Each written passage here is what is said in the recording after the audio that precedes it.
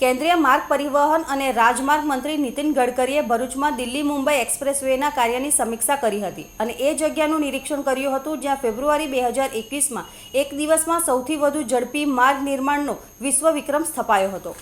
મંત્રી નીતિન ગડકરીએ સમીક્ષા બેઠક બાદ પત્રકાર પરિષદને સંબોધતા જણાવ્યું હતું કે ₹98,000 કરોડના ખર્ચે તૈયાર થતો આ 1,380 કિલોમીટર લાંબો દિલ્હી મુંબઈ એક્સપ્રેસવે ભારતનો સૌથી લાંબો એક્સપ્રેસવે સાબિત થશે.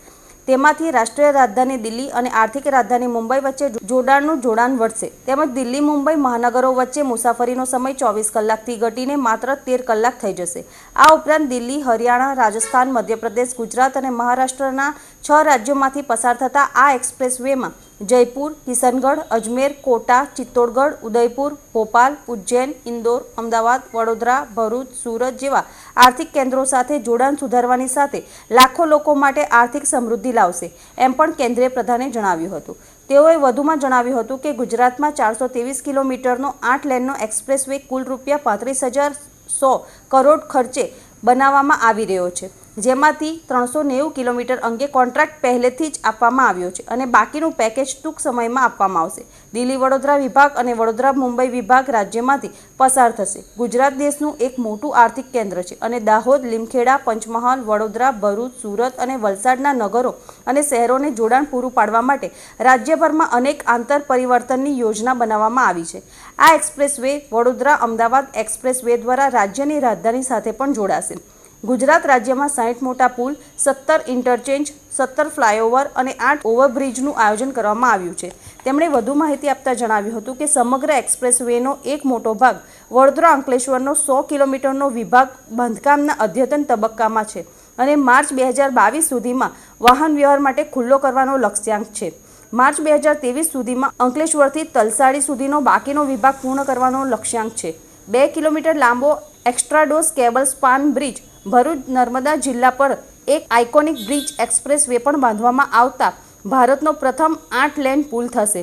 આનાથી ભરૂચ શહેર નજીક આઇકોનિક ઇન્ટરચેન્જ સાથે દેશમાં એક્સપ્રેસવે વિકાસની ઓળખને નવી ગતિ મળશે. તેઓ જણાવ્યું હતું કે દેશમાં ટેકનોલોજી ડેવલપ કરીએ તો સારું કામ મળશે.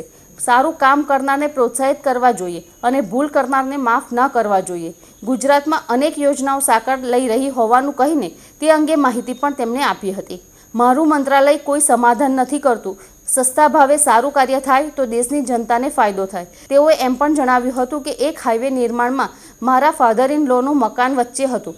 અધિકારીને મેં આદેશ આપ્યો કે હટાવી દો. રાજ્યમાં રોજગારીની તકો ઊભી કરવા તેમજ મુસાફરી માટે વિશ્વસ્તરીય સુવિધાઓ પૂરી પાડવા માટે ગુજરાત રાજ્યમાં 33 રોડ સાઇડ ફેસિલિટીઝનું આયોજન કરવામાં આવી રહ્યું છે. દિલ્હી મુંબઈ એક્સપ્રેસવેની સાથે સાથે ગુજરાતમાં અમૃતસર જામનગર એક્સપ્રેસવે બની રહ્યો છે, જે 762 કિલોમીટરનો 6 લેનનો એક્સપ્રેસવે હશે. આ 19,000 કરોડ રૂપિયાના ખર્ચે બનનાર એક્સપ્રેસવેથી કંડલા પોર્ટનું મહત્વ વધી જશે. આ એક્સપ્રેસવે પંજાબ, રાજસ્થાન અને ગુજરાતને જોડશે, જેમાં ગુજરાતમાં 126 કિલોમીટરનો એક્સપ્રેસવે બનશે. આવનારા 1.5 વર્ષમાં તેને પૂર્ણ કરવાનો લક્ષ્ય છે. ત્રીજો અમદાવાદ ધોલેરા એક્સપ્રેસવે 3,000 કરોડ રૂપિયાના ખર્ચે બની રહ્યો છે, જે 109 કિલોમીટર લાંબો હશે, જે ગુજરાત માટે ઘણો મહત્વનો છે. ગુજરાતમાં આશરે 25,000 કરોડના ખર્ચે ગ્રીનફિલ્ડ યોજના બનાવી રહ્યા છે. કેન્દ્રીય મંત્રી નીતિન ગડકરી સાથે ભરૂચ સાંસદ મનસુખ વસાવા અને NHAIના અધિકારીઓ ઉપસ્થિત રહ્યા હતા. मनोज कुमार जी ये बात बिल्कुल सही कह रहे हैं कि आप दिल्ली मुंबई हाईवे पर ये लेन डिसिप्लिन के बारे में भी बोर्ड लगाइए और ये कैमरे में लेन डिसिप्लिन का पालन जो नहीं करेंगे उन बड़े व्हीकल को फाइन होना चाहिए, तुरंत इसकी व्यवस्था करिए, क्योंकि नहीं तो एक्सीडेंट बढ़ेंगे. इनका सुझाव बराबर है. दूसरा आपने जो बात की वो भी सच है. अभी मैं जब ये पटेल साहब गाड़ी चला रहे थे और मैं स्पीड पे चल रहा था, पानी आ रहा था, तो लास्ट पर पानी आ रहा था तो आगे का उतना विजिबिलिटी ठीक नहीं थी. तो मैंने इनको 2 बातें कही कि रोड के बाजू में जो क्रैश बैरियर से उसके ऊपर ऐसे पीले रंग के रिफ्लेक्टर लगते हैं, पीले या लाल रंग के, तो दोनों बाजू में लगाइए ताकि अंधेरे में भी सबको समझ में आएगा कि भाई कहीं हम लोग इधर उधर नहीं जा रहे. तो मैं निश्चित रूप से, और उसके साथ आजकल लाइट में ऑटोमोबाइल इंडस्ट्रीज में काफ़ी चेंजेस किए. पहले जो लाइट आते थे, अभी LED, तो वो पूरे अपने आँखों में आते थे. अभी मैं इसका मंत्री हूँ, और जहाँ तक मेरी जानकारी है कि अभी जो लाइट का सुधार हुआ है उसमें अभी वो एकदम ऐसे आंखों पे नहीं आते।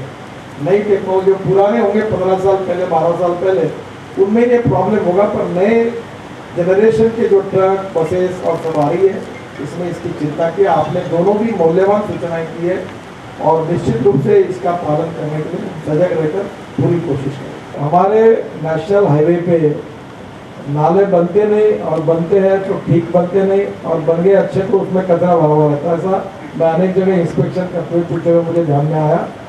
और जो सर्विस रोड है उसकी क्वालिटी भी ठीक नहीं होती, वो उसके तरफ ध्यान नहीं दिया जाता। मैंने इंदौर में भी देखा। तो निश्चित रूप से हमने अभी इसको सुधार करने के लिए पैसे भी देना शुरू किया है। और मैंने कहा जो सर्विस रोड जो होते हैं उसके पीछे जो नालियाँ होती है वो प्रीकास्ट की करना है। और आज ये पटेल इंजीनियरिंग वालों ने जो नालियाँ बनाई है आप जरूर देखिए, वहाँ जाके वो प्रीकास्ट में इतनी मजबूत और अच्छी बनी है। तो नेचुरली प्रीकास्ट के नालियाँ मैंडेटरी करनी पड़ेगी, उसका फ्लो ग्रेडियंट ठीक से होगा, उसको साफ रखने की जिम्मेदारी हमारे लोग बोलते हैं कि कारपोरेशन की होती है, कारपोरेशन बोलती है पंचायती है। तो कभी कभी उसमें कुछ दिक्कतें हैं, पर उसको हम लोग काफ़ी जगह पर सुधार रहे हैं और इसमें चिंता कर रहे हैं।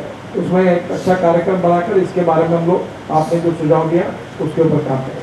भरूच खासकर यहाँ का दहेज जो इंडस्ट्रियल एरिया है उसको घोघा के साथ जोड़ने के लिए एक रोपेक्स बनाया गया, फिर उसको वहाँ से नहीं चला, कुछ टेक्निकल प्रॉब्लम आया, फिर हजीरा तक लेके जाया था, वहाँ से भी नहीं चला। तो इतना बड़ा प्रोजेक्ट फेल हो गया, उसके बारे में क्या है? कौन सा प्रोजेक्ट?